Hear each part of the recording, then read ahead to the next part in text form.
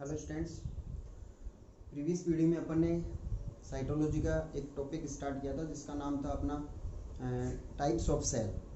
Mainly दो types की cell का डिस्कशन किया था अपन ने। एक तो होती है प्रोकैरियोटिक सेल, एक होती है यूकैरियोटिक सेल्स। दोनों सेल्स में डिफरेंस की टेबल अपन कर रहे थे और डिफरेंस के साथ साथ में अपन डिस्क्रिप्शन भी कर रहे थे। एक सिंगल प्रोकैरियोटिक सेल्स का डिस्क्रिप्शन और यूकैरियोटिक सेल्स का डिस्क्रिप्शन, और साथ साथ में कंपैरेटिवली स्टडी भी अपन कर रहे थे। तो अपन ने कौन कौन से पॉइंट्स इसके अंदर डिफरेंस के पॉइंट्स कर लिए थे। सबसे पहला अपन ने पॉइंट्स किया था साइज से रिलेटेड। सबसे पहला किया था साइज। तो साइज की अपन बात करते हैं तो प्रोकैरियोटिक सेल्स जो होती है उनकी साइज जो होती है स्मॉल होती है। रेंज आपको मैंने बताई थी 1 to 10 माइक्रोन तक की। और यूकैरियोटिक सेल्स जो होती है उनकी साइज जो होती है वो बड़ी होती है, लार्ज साइज की होती है। रेंज बताई थी 5 to 100 माइक्रोन तक। इसके बाद में अपन ने बात की थी, एक मैंने आपको एग्जांपल्स बताए थे आपको प्रोकैरियोटिक सेल्स के। कौन कौन से examples? Bacteria, blue green algae और माइकोप्लाज्मा, जिसका दूसरा नाम पीपीएलओ भी है। ठीक है, प्लूरोनिमोनिया लाइक ऑर्गेनिज्म। ये तीनों सेल्स प्रोकैरियोटिक सेल्स हैं। इनको छोड़ करके बाकी सभी सेल्स, जैसे प्लांट सेल है, एनिमल सेल है, ह्यूमन सेल है, या फिर अपन बात करें फंगस सेल है, ये सभी की सभी यूकैरियोटिक सेल्स थी। फिर उसके बाद में अपने सबसे मेन डिफरेंस दोनों सेल्स में किया था वो था न्यूक्लियस से रिलेटेड डिफरेंस। न्यूक्लियस से रिलेटेड डिफरेंस सबसे मेन डिफरेंस क्यों था? क्योंकि प्रोकैरियोटिक और यूकैरियोटिक नेम का डिटर्मिनेशन जो है वो इनके न्यूक्लियस से रिलेटेड डिफरेंस से ही हुआ है। कैसे? प्रोकैरियोटिक का मीनिंग आपको बताया मैंने, प्रो प्लस कैरियोन, दो वर्ड से मिलकर के बना हुआ वर्ड है। प्रो का मतलब प्रीमिटिव और कैरियोन का मतलब न्यूक्लियस। यानी प्रीमिटिव का मतलब होता है लेस डेवलप्ड या फॉल्स, और कैरियोन एक लैटिन वर्ड है जिसका मीनिंग होता है न्यूक्लियस। यानी ऐसी सेल्स जिनके अंदर लेस डेवलप्ड या फॉल्स न्यूक्लियस होता है वो प्रोकैरियोटिक सेल्स हैं। और ऐसे ही यूकैरियोटिक में आपको मीनिंग बताया था यू प्लस कैरियोन। यू का मतलब वेल डेवलप्ड या ट्रू, और कैरियोन मीनिंग वही न्यूक्लियस। तो ऐसी सेल्स जिनमें वेल डेवलप्ड या ट्रू न्यूक्लियस होता है वो यूकैरियोटिक सेल्स। अब क्यों इसके अंदर फॉल्स या लेस डेवलप्ड न्यूक्लियस है, क्यों इसके अंदर ट्रू या वेल डेवलप्ड न्यूक्लियस है, उसके 3 रीजन बताए थे मैंने। क्योंकि क्या क्या बताए थे? क्योंकि 3 स्ट्रक्चर जो होती है न्यूक्लियस से रिलेटेड वो प्रोकैरियोटिक सेल्स में एब्सेंट होती है, इधर प्रेजेंट होती है। एक तो न्यूक्लियर मेम्ब्रेन, प्रोकैरियोटिक सेल्स के अंदर न्यूक्लियर मेम्ब्रेन एब्सेंट होती है, इधर प्रेजेंट होती है। दूसरा क्या था? न्यूक्लियोलस। न्यूक्लियोलस इधर एब्सेंट है, इधर प्रेजेंट है। और थर्ड किया था अपन ने कौन सा? स्टोन प्रोटीन, जो इधर एब्सेंट है, इधर प्रोटीन है। नॉन स्टोन प्रोटीन की बात करते हैं तो दोनों में प्रेजेंट है, मगर स्टोन प्रोटीन जो है इधर एब्सेंट है और इधर प्रेजेंट होती है। कि यहाँ तक का अपन ने डिफरेंस में कर लिया था। आगे अपन डिफरेंस में और करते हैं इस टेबल के अंदर कि प्रोकैरियोटिक और यूकैरियोटिक सेल्स में क्या क्या डिफरेंस होते हैं। तो अगला डिफरेंस अपन करते हैं, थर्ड डिफरेंस जो है अपना वो है सेल वॉल। सेल वॉल से रिलेटेड दोनों सेल्स में क्या डिफरेंस होता है? तो देखो, सेल वॉल जो होती है वो प्रोकैरियोटिक सेल्स में भी प्रेजेंट होती है, यूकैरियोटिक सेल्स में भी प्रेजेंट होती है, मगर एक्सेप्शन दोनों में है। यहाँ पर भी एक ऐसा प्रोकैरियोट्स है जिसके अंदर सेल वॉल एब्सेंट है, और यहाँ पर भी एक ऐसा यूकैरियोट्स है जिसके अंदर सेल वॉल एब्सेंट है। यानी एक यूकैरियोटिक सेल ऐसी भी है जिसमें एब्सेंट है, और इधर एक प्रोकैरियोटिक सेल्स ऐसी भी है जिसमें सेल वॉल एब्सेंट है। मगर जिनमें प्रेजेंट है इनके उनमें तो दोनों के अंदर सिमिलर नहीं है, उनके भी स्ट्रक्चरल कंपोनेंट जो होते हैं दोनों के सेल्स में सेल वॉल का, वो दोनों में भी डिफरेंस है। तो अपन बात करते हैं किन किन में सेल वॉल प्रेजेंट होती है। तो देखो, 3 एग्जांपल बताए थे मैंने आपको प्रोकैरियोटिक सेल्स में। कौन कौन से? एक तो बैक्टीरिया। बैक्टीरिया जितने भी होते हैं उन सब में सेल वॉल प्रेजेंट होती है। प्रेजेंट के लिए मैं राइट मार्क का सिंबल लगा रहा हूँ। बैक्टीरियल सेल्स में सेल वॉल प्रेजेंट होती है। इसके अलावा ब्लू ग्रीन एल्गी, जिनको साइनोबैक्टीरिया भी कहते हैं अपन, इनके अंदर भी सेल वॉल प्रेजेंट होती है। बट अपन बात करते हैं माइकोप्लाज्मा, एक्सेप्शन हो गया है माइकोप्लाज्मा। माइकोप्लाज्मा जिसका दूसरा नाम क्या बताया था? PPLO, pleuropneumonia like organism. Mycoplasma जो है उसके अंदर सेल वॉल जो होती है वो एब्सेंट होती है। ये एक्सेप्शन हो गया है, ध्यान रखना आपको।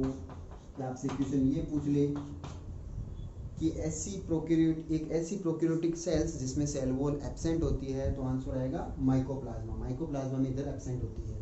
अब अपन बात करते हैं इधर यूकैरियोटिक सेल्स में सेल वॉल से रिलेटेड।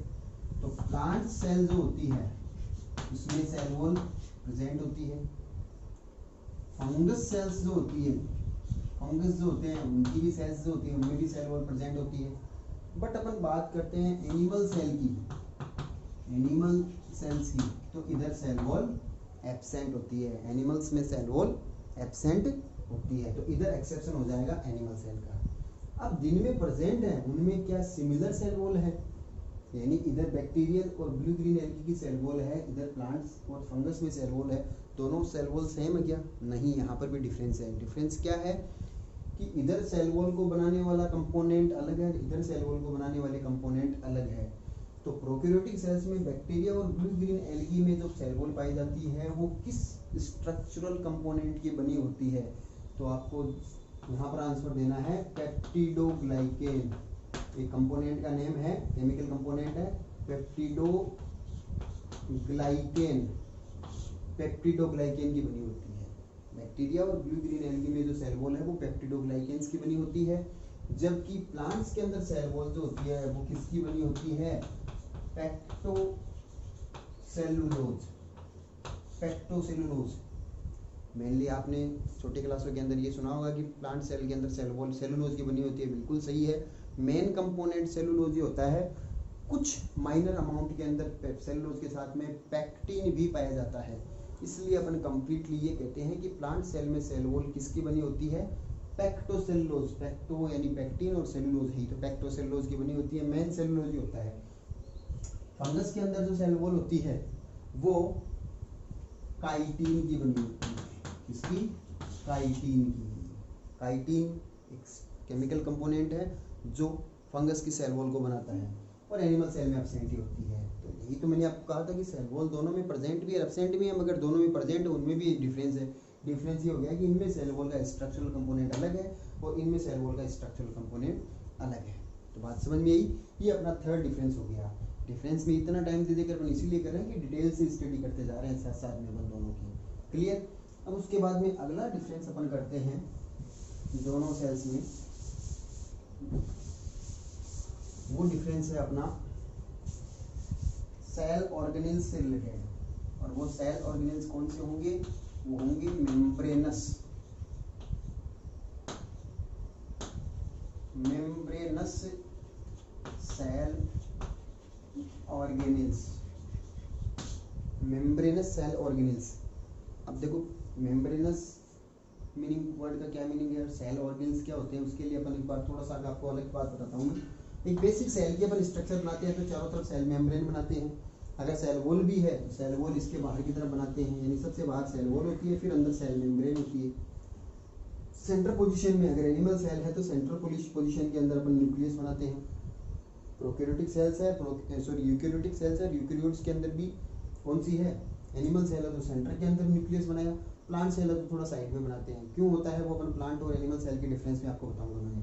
तो न्यूक्लियस बनाया, इसकी चारों तरफ न्यूक्लियर मेम्ब्रेन बना दी, इसके अंदर न्यूक्लिक एसिड, डीएनए, आरएनए ये इसके अंदर पाया जाता है। अब इसके बाहर ये पूरा का पूरा ये जो पार्ट पोर्शन है ये साइटोप्लाज्म है इसका। इस साइटोप्लाज्म के अंदर बहुत सारी अदर स्ट्रक्चर भी और बनाते हैं अपन सेल के अंदर, जैसे एंडोप्लाज्मिक रेटिकुलम है, ठीक है, गोल्जी बॉडीज है, माइटोकॉन्ड्रिया है। ये सब वर्ड आपने सेल के अंदर ही तो पढ़े थे, डायग्राम बनाया था तब इसके अंदर रिप्रेजेंट किया था ना। माइटोकॉन्ड्रिया है, इसके अलावा लाइसोसोम्स है, प्लांट सेल है अगर तो क्लोरोप्लास्ट भी है, ठीक है, इसके अलावा वैक्यूल्स है, ठीक है, इसके अलावा राइबोसोम्स हैं, राइबोसोम्स यहाँ पर भी पाए जाते हैं, एंडोप्लाज्मिक रेटिकुलम के ऊपर ऐसे ग्रेन्युलर फॉर्म के अंदर भी पाए जाते हैं। ये सब जो मैंने अभी बनाए हैं ये साइटोप्लाज्म के अंदर, एंडोप्लाज्मिक रेटिकुलम है, राइबोसोम्स है, लाइसोसोम्स है, गोल्जी बॉडीज है, वैक्यूल है, क्लोरोप्लास्ट है, माइटोकॉन्ड्रिया है, ये सब क्या है? ये सेल के खुद के ऑर्गन है, यानी पूरी सेल है और सेल के साइटोप्लाज्म में पाई जाने वाली ये छोटी छोटी स्ट्रक्चर्स सेल ऑर्गेनेल्स कहलाती है। अब ये सेल ऑर्गेनेल्स बहुत सारे होते हैं, इनमें से कुछ सेल ऑर्गेनेल्स ऐसे होते हैं जिनमें इनकी खुद की मेम्ब्रेन प्रेजेंट होती है, तो उन सेल ऑर्गेनेल्स को अपन मेम्ब्रेनस सेल ऑर्गेनेल्स कहेंगे। और कुछ सेल ऑर्गेनेल्स ऐसे हैं जिनमें मेम्ब्रेन होती नहीं है, जैसे मैंने ये बनाए हैं, इनमें ये चारों तरफ खुद की मेम्ब्रेन बनाई है ना, न्यूक्लियस और न्यूक्लियस की न्यूक्लियर मेम्ब्रेन बनाई है। प्रोकैरियोटिक सेल्स में ये मेम्ब्रेन नहीं होती है, माइटोकॉन्ड्रिया में मेम्ब्रेन होती है, डबल होती है। सेल ऑर्गेनेल्स अगर अपन मेम्ब्रेन की बात करते हैं तो डबल मेम्ब्रेन वाले, सिंगल मेम्ब्रेन वाले और मेम्ब्रेन लेस 3 टाइप के होते हैं।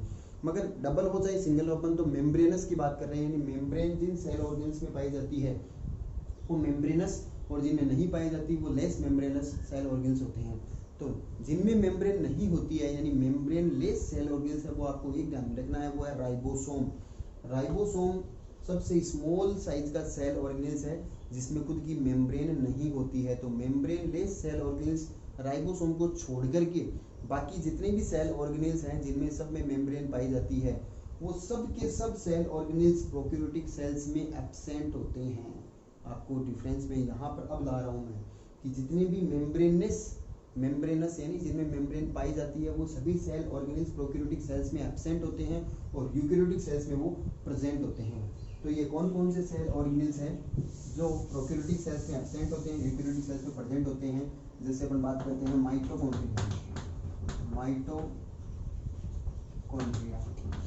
में तो डबल मेम्ब्रेन होती है, मेम्ब्रेन तो होती है, तो ये इधर एब्सेंट प्रोकैरियोटिक सेल्स में, इधर प्रेजेंट। इसके बाद में अपन बात करते हैं गोल्जी बॉडी, शॉर्ट में जीबी किया है मैंने, ये भी मेम्ब्रेनस है, तो इधर एब्सेंट इधर प्रेजेंट। इसके बाद में अपन बात करते हैं एंडोप्लाज्मिक रेटिकुलम, ईआर किया है मैंने, ये इधर एब्सेंट इधर प्रेजेंट। इसके बाद में मैं बात करता हूँ वैक्यूल की, तो वैक्यूल भी मेम्ब्रेनस है, तो इधर एब्सेंट इधर प्रेजेंट। इसके बाद में बात करता हूँ मैं लाइसोसोम की, लाइसोसोम भी इधर एब्सेंट इधर प्रेजेंट।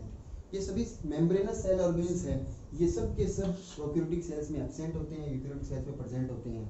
यही तो कारण था कि जो सेल थ्योरी है वो प्रोकैरियोटिक सेल्स पर अप्लाई नहीं हो पाई थी, क्योंकि एक बेसिक स्ट्रक्चर होती है ना सेल की, वो प्रोकैरियोटिक सेल फॉलो ही नहीं कर पाती है, क्योंकि न तो न्यूक्लियर मेम्ब्रेन है, न इतने सारे सेल ऑर्गेनेल्स हैं वो इसमें प्रेजेंट होते हैं, इसलिए सेल थ्योरी भी इनके ऊपर अप्लाई नहीं हुई थी। तो बात समझ में आई, मेम्ब्रेनस सेल ऑर्गेन्स सभी के सभी इधर एब्सेंट है, इधर प्रेजेंट होते हैं। मगर एक सेल ऑर्गेन्स का अभी मैंने नाम नहीं लिया है, जो अभी बताया था मैंने आपको, सबसे स्मॉल साइज का होता है, वो है राइबोसोम। क्यों? क्योंकि राइबोसोम इस वर्ड को फॉलो नहीं करता मेम्ब्रेनस को, वो मेम्ब्रेन लेस है।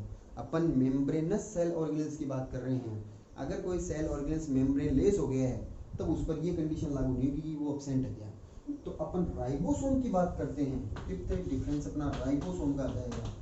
राइबोसोम से रिलेटेड बहुत सारे छोटे छोटे क्वेश्चन और भी बनते हैं, जो अपन आगे साइटोलॉजी के अंदर जब अपन अलग से राइबोसोम्स को पढ़ेंगे तब आपको बताऊंगा।